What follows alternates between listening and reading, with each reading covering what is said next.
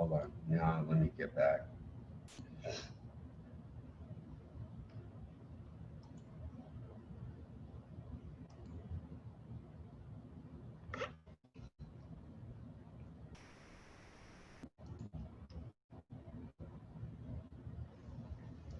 Someone's asking, is everybody having audio issues?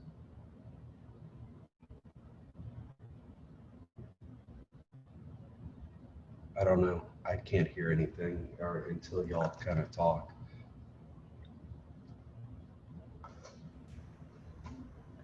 No, a little bit.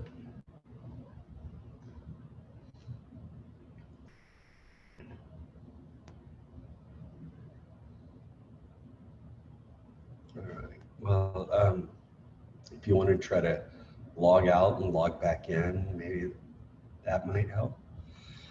All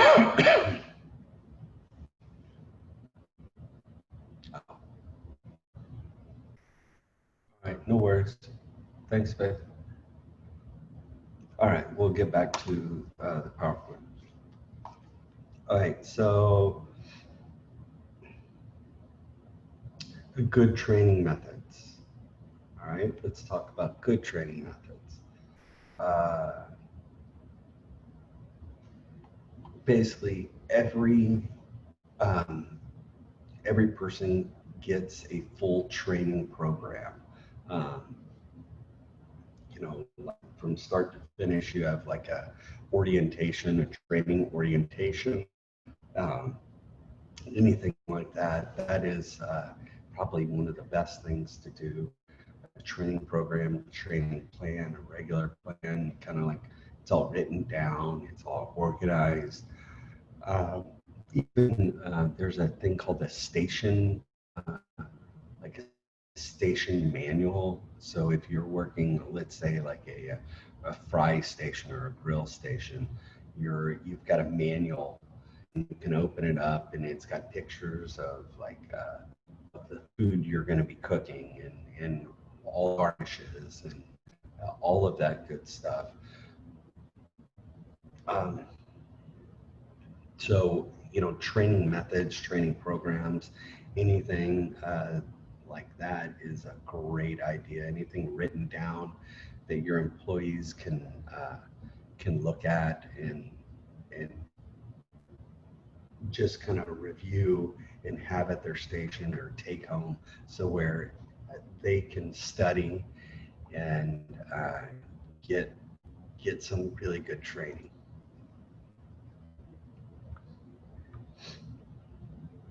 When training someone, first slow, you know, start slow, right? You don't want to start fast. You want to start slow and kind of be concise and to the point. Um, you want to, once you get a handle on some skills, start in basically introducing new skills. So if you've given them one skill, then start with another skill and slowly start building up. Um, you know, that's a great training method, great training program.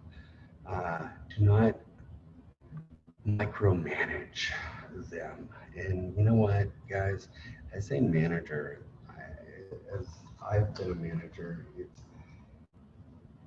over the years, you get to trust a little bit, but you know, you always need to trust, but verify. Um, I know that, you know, people don't like to be micromanaged, but I would like to make sure that the job gets done. And until I feel comfortable with the team and that they can produce a good outcome all the time, I do kind of, you know, check on them. I don't micromanage them, but I do check on them because I want to make sure the job gets done correctly.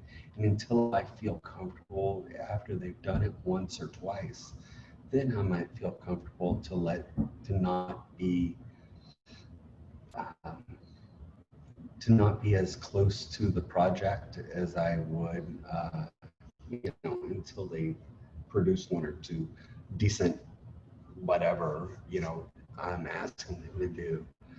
Um, but trust but verify. Always trust but verify. Very important. Um, let's see. Your employees can uh, be your greatest asset. Of course, guys. I mean, you gotta you gotta treat them right. You gotta take care of them.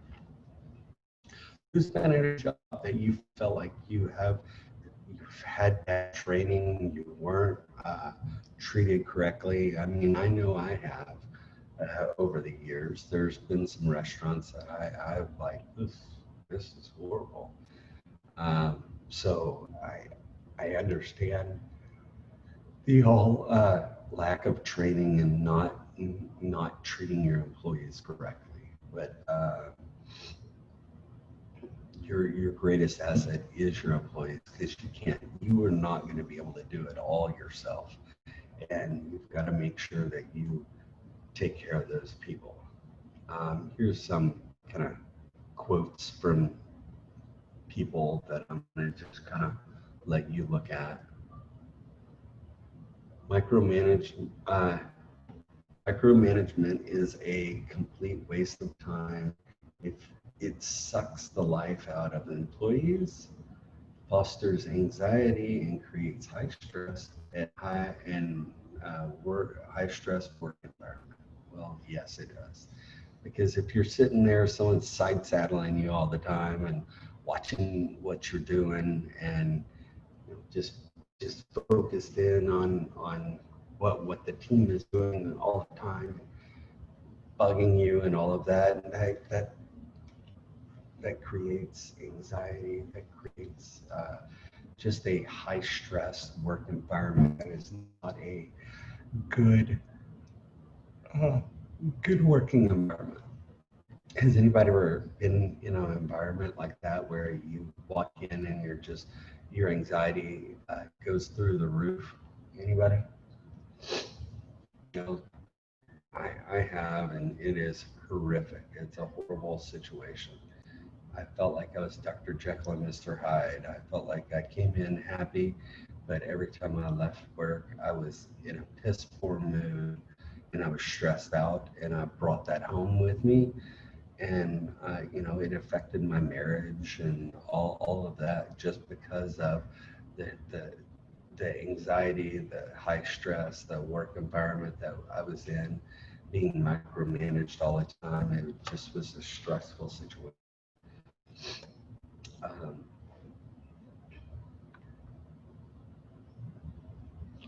Observations, micromanaging levels, basically micromanaging is not the best way. Like, they can't be trusted. Basically like they don't trust me if I'm always getting managed. But again, like I said, I like to trust but verify. I always like to make sure that I trust you, but let me verify that it's correct or whatever else. So I do always kind of trust but verify. Um, like the boss, they think you're stupid and all of that. So that builds up anxiety, that builds up stress, that builds up um, kind of animosity toward whoever your boss is. And when you have animosity, you're not gonna, be the best employee if you're doing if you're being micromanaged or you feel this certain way. Um, Research shows that your employees are connected. Basically, happy employees equal happy customers. Yeah, happy employee is like a happy environment, a happy place. But again, you cannot always make everybody happy. I've learned that in the teaching aspect of it. You're going to there are going to people that that are going to not like you, and it is what it is, and you've just got to accept it and move on. But making sure that you keep your employees happy as possible, or as content, and you treat them right, they'll treat you right. They're on the front lines. They're the ones that are doing it. Your employees are the ones that are doing it. So you need to give them the right tools, the right training methods, the right everything, so they can get the job done correctly. It saves time, it saves money, it saves everything if you invest in your employees up at the very beginning, making sure that they are trained up and that they are going to be successful in this business, whatever business it is. So just make sure it's very important. Another quote, I'll let you read that if you'd like.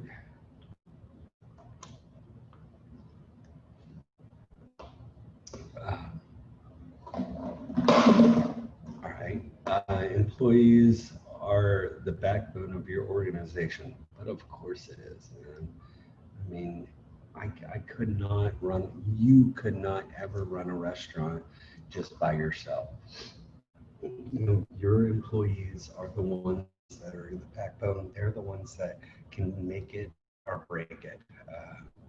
And, your employees got to understand that it's not your name on the door, right? When it's your name on the door, you can do it the way you want. But until then, the employees need to understand that the quality, everything is done the way you, as the manager or as the owner or whatever else, wants it done. So, uh, how you treat your employees will determine the fate of your company. That is correct. You know, there are a lot of companies out there that people don't trust. Um, you know, and if you don't trust that company, you're you're setting yourself up to fail. So you need to. Sometimes when you get a job, you just need a job, right? And you don't look at all of these things. Really look at their training, what they do, what are they going to give you, what in turn, because for me it's a trade-off. I want to use my job to my advantage, right? I want to get something out of it as well. So, I'll get, maybe they can give me a new certification or new whatever, right? So I just want to make sure that, you know, it's a give and take. They're using me for my knowledge of cooking or whatever else. I'm going to use them for some other thing that betters me. Let's see. Your employees are the most valuable asset. Well, of course. And again, I think we've repeated this over and over again, almost every slide. But yeah, they are the ones that are the backbone. They're the ones that um, make it happen. You give them the skills to make it happen. And if you don't give them the skills, then honestly, it's not going to happen, right? So just making sure that you give them the right skills and enough skills to do the job.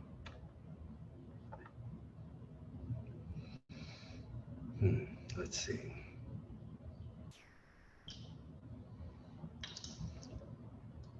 Businesses that spend about 10% of their revenue on um, improving improvements saw a 3.9% increase. So if you do give, if you spend a little bit, you will get a little bit more. So, don't be afraid to spend some money on training your employees. Spend some money. I mean, like this picture looks like a picture of culinary or of a maybe a staff from a restaurant, and that maybe that lead chef or whatever else, or the head chef or the owner is training everybody. As long as that person is a good trainer, then go for it. If that person is not, don't be afraid to go spend a little extra money and go outside of the company and get someone that maybe can help train, or get someone from corporate or whatever else to come in and help train. Um, you're going to see a value in, or a change, if you give them the right tools to get the job done and give them the right knowledge. Employees are the heartbeat of the company. Again, we've been beating that in your head this whole movement, right? Everybody, all employees are important. They're the ones that get the job done. So making sure that uh, they are the heartbeat. They are the heart and soul of the restaurant, even though that it's whatever restaurant it is, it's not theirs, but they're part of. They're the heart and soul of it. They're the ones that make it happen. Training and development program. Hold on one second. I need to blow it out. Sorry.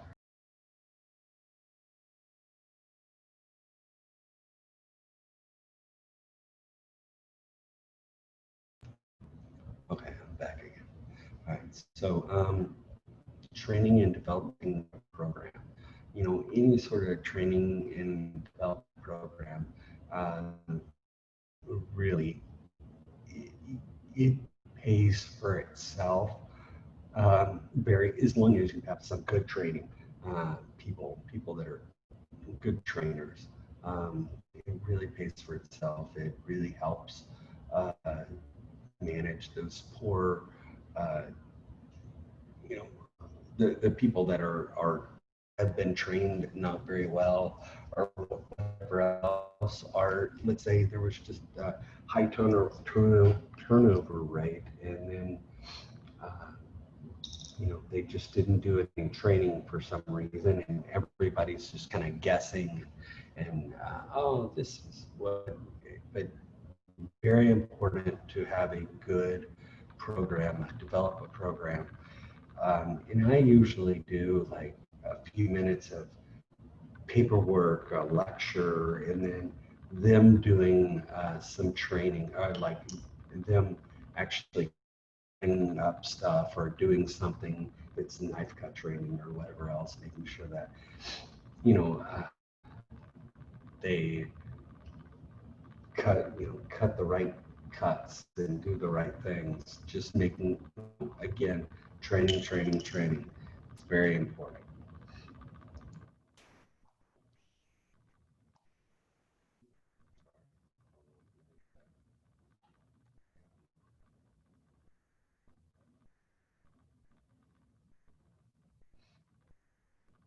What is important?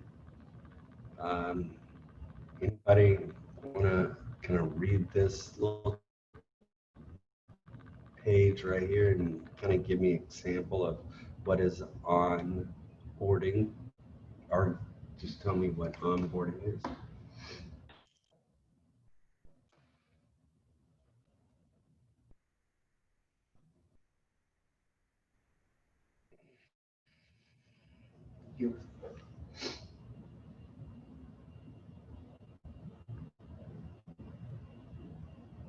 Okay, so onboarding, basically job sites to connect interviewers, run background checks, course descriptions, you name it. So it's a site that helps for interviewers, run background checks, all of that sort of stuff. So everything that, so what onboarding is that's how much it costs, like for almost to hire someone. This one cost about $4,000 per employee, because of, I mean, I think it's a little excessive right now, because background checks, all of that doesn't cost that much. But what does cost money is the owner's time or the manager's time, and the time that it takes to interview all of that. That is what takes a lot of the money. It's just your time. Um, and I So onboarding is the cost of everything it does to hire someone.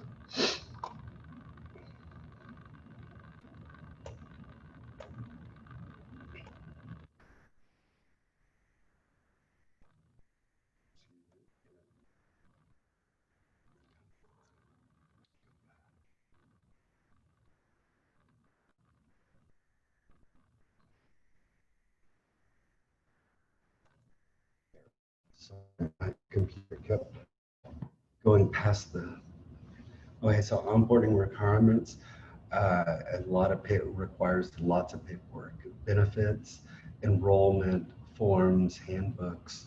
So like onboarding, or another term for what onboarding is maybe like a new person, a new employee, or orientation, that sort of stuff.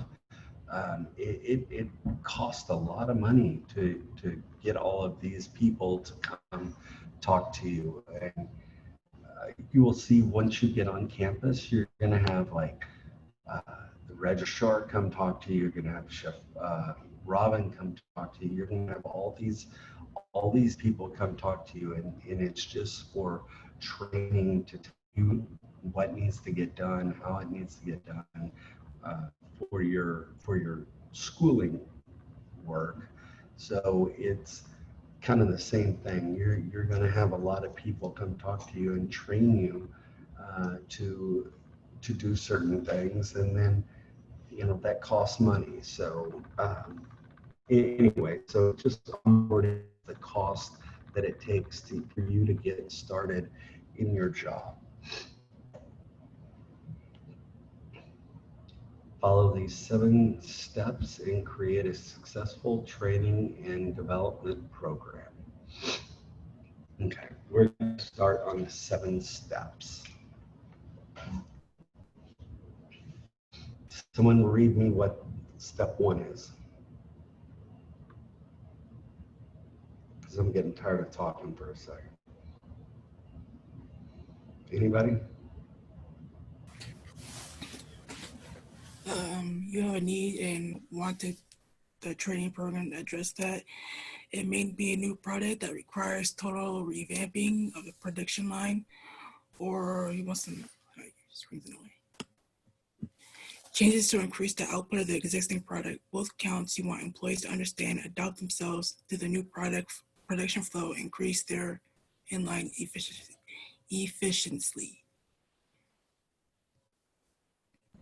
Thank you so much. Yes, so it helps with the efficiency for sure.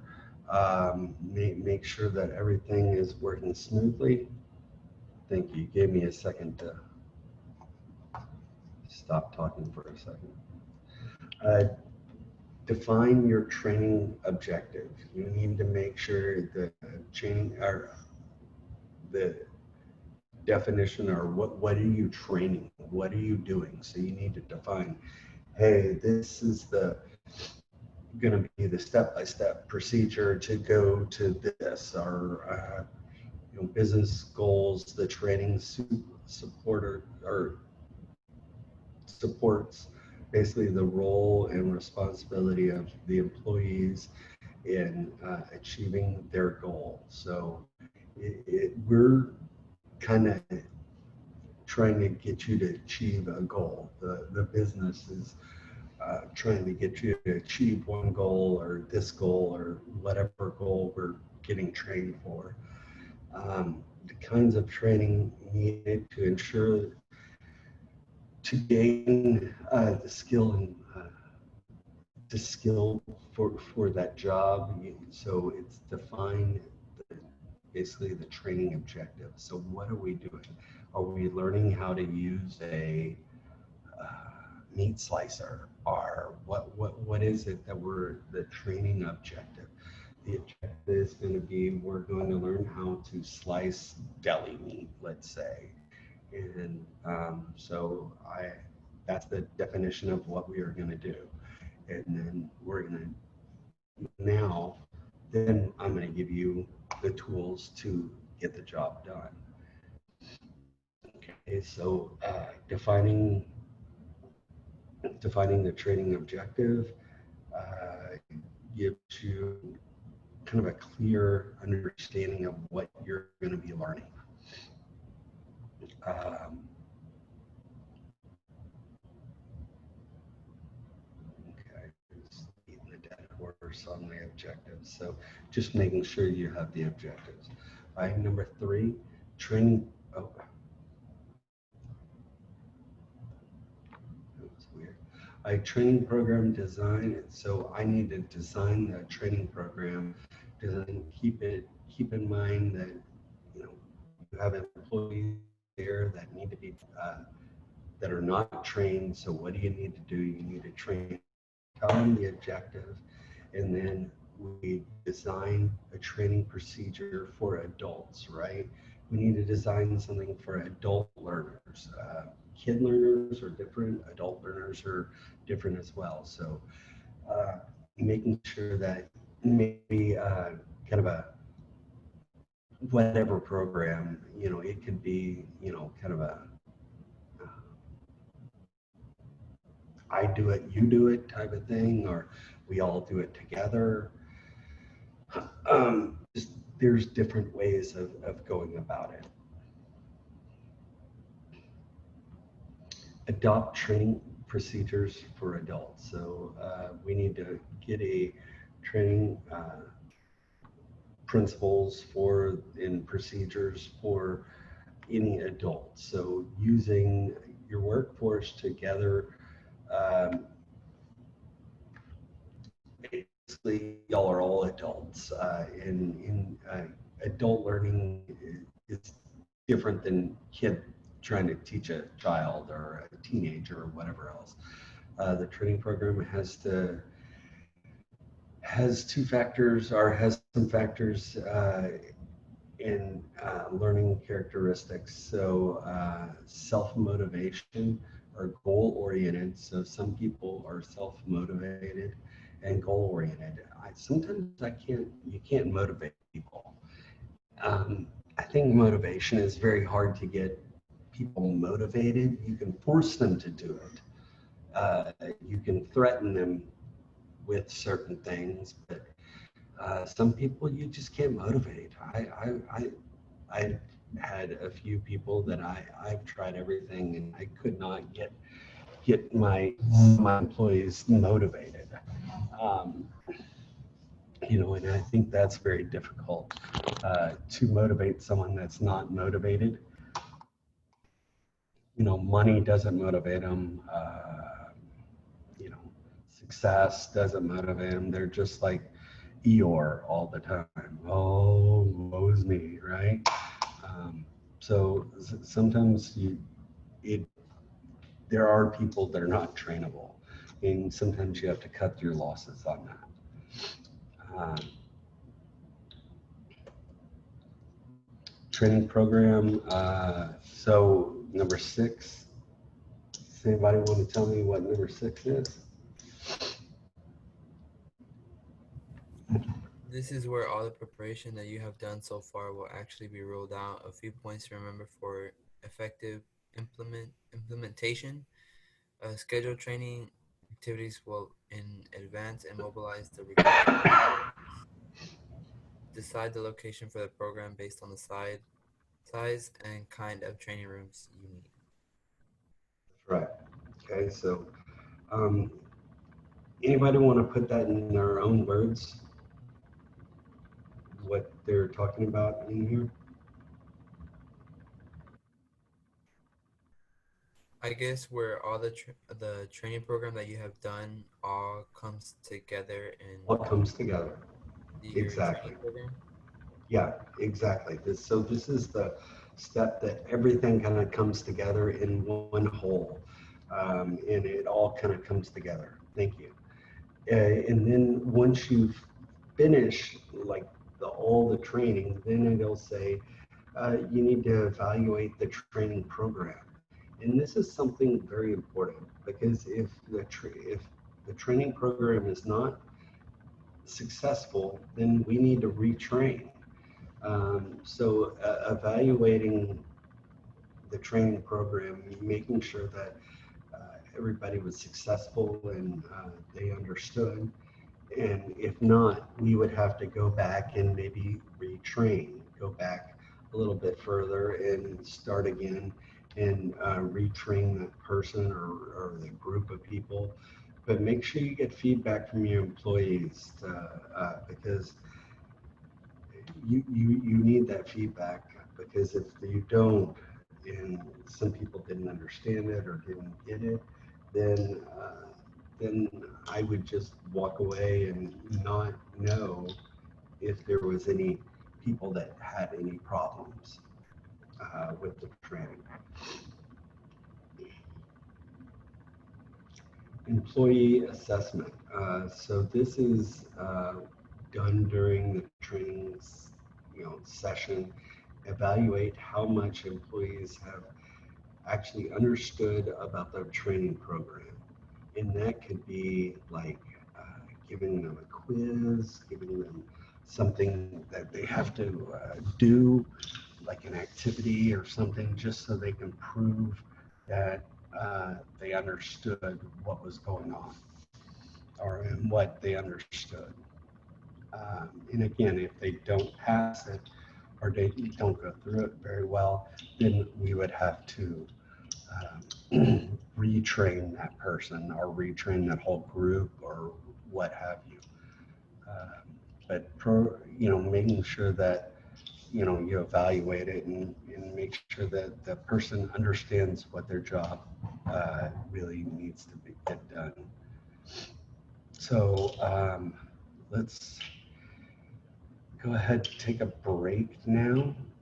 It is, we'll come back at what, maybe 7:20? Sound good? Okay, 7:20 it is. I'll see you in 7:20.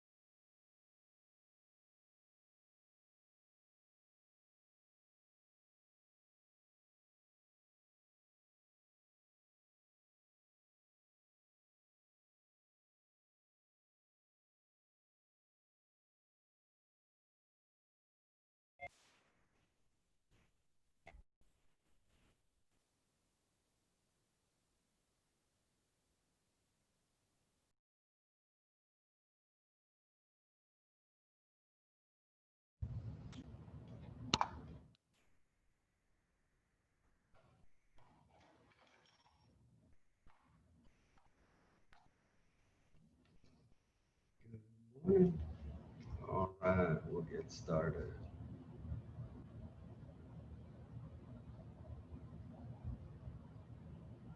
Can everybody hear me?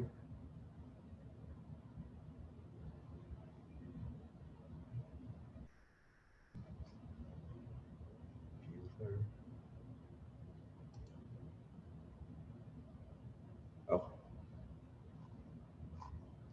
all right, all right. So let me pull up the PowerPoint again.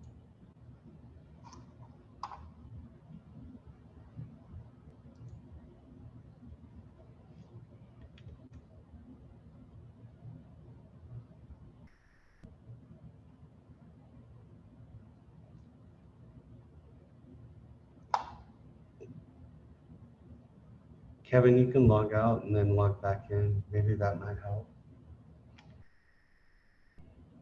Okay, so new orientation. Evaluating the procedure. A new orientation, general information. Okay, orientation. The first week of uh, the new hire, you typically need to have orientation, some sort of something, just so they understand how to unlock the door or how to do certain things. Whatever the orientation is involved, you just got to make sure that you have an orientation for your employees. Make sure that they know the ins and outs to the facility and to their job.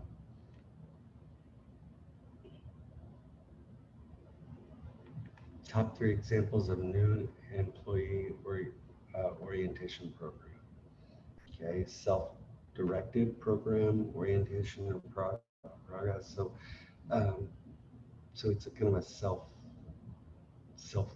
kind of orientation that you go step by step and you train yourself in a way.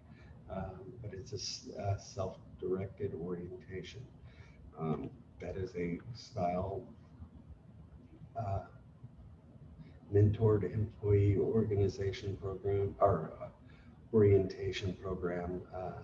That one, I think, is a great one. It's, you and somebody else, you get paired up and they kind of mentor you, more of a mentor or mentee kind of a basis. Um, that's a really good program. Um, Former employee orientation.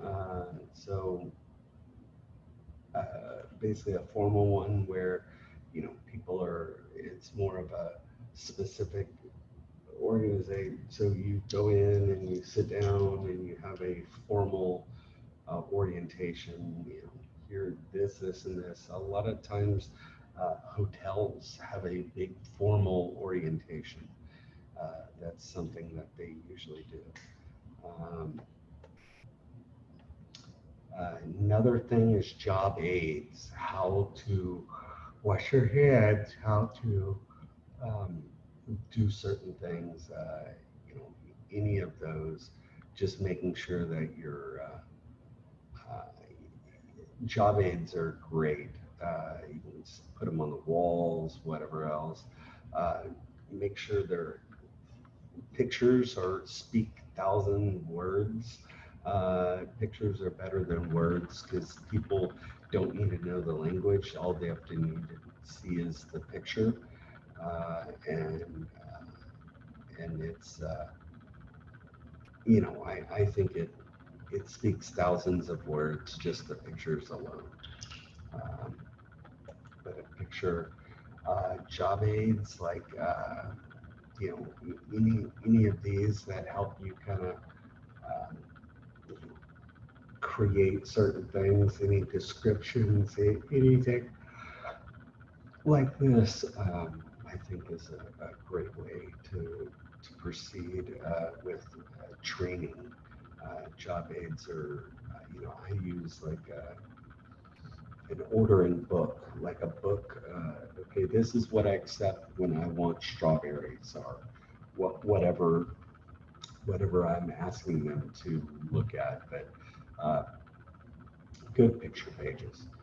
Um, Most leader organizations are moving from the, and basically instead of forcing someone to do it, there's another way, kind of like the carrot and the stick. Uh, don't work hard, work smart, guys. Work smart. You want to make sure you work smarter, not harder. Work faster. Instead of smarter and faster is the way to go. So anything that you can do that you can work smarter, faster, better, you do it, because that is the most important thing. Um, let's see. Just job aids, employee, it help making sure that your employee is successful and there is low turnover rate. Low turnover is the best way. You don't want to have high turnover rate. What is a job aid anyway? Basically, a job aid is a poster of something that tells you how to complete a project, like wash your hands, or turn on an oven, or whatever else. Something that's step-by-step procedure that can help you in aid of your job. Um, Job aid supports work activities. Again, we can beat that job aid, uh, beat it down a lot, but basically a job aid is something that helps the employee boost their success rate of being successful in having been trained. Uh, it is a good training tool. Uh, Why do organizations need to develop job aids? Well, why? Because it helps people get their project done, whatever it is. It helps you get the job done. That's one of the big reasons. Uh, Job aids can be printed material. It could be something on a computer. It could be at a dishwashing station. It could be at a hand washing station. It can be developed on a smartphone app, or it could be something that you coach. But just a job aid is anything that helps you get the job done. Something written, something, pictures, you name it. That's what it is. All right. So let's see.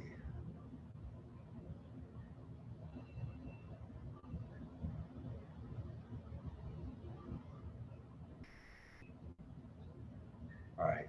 So any questions about job aids? We good? Everybody good? No? No questions? Yes, we're good. Not so far. Cool, cool. All right, guys. Y'all have a great rest of your day. I'll see y'all tomorrow morning.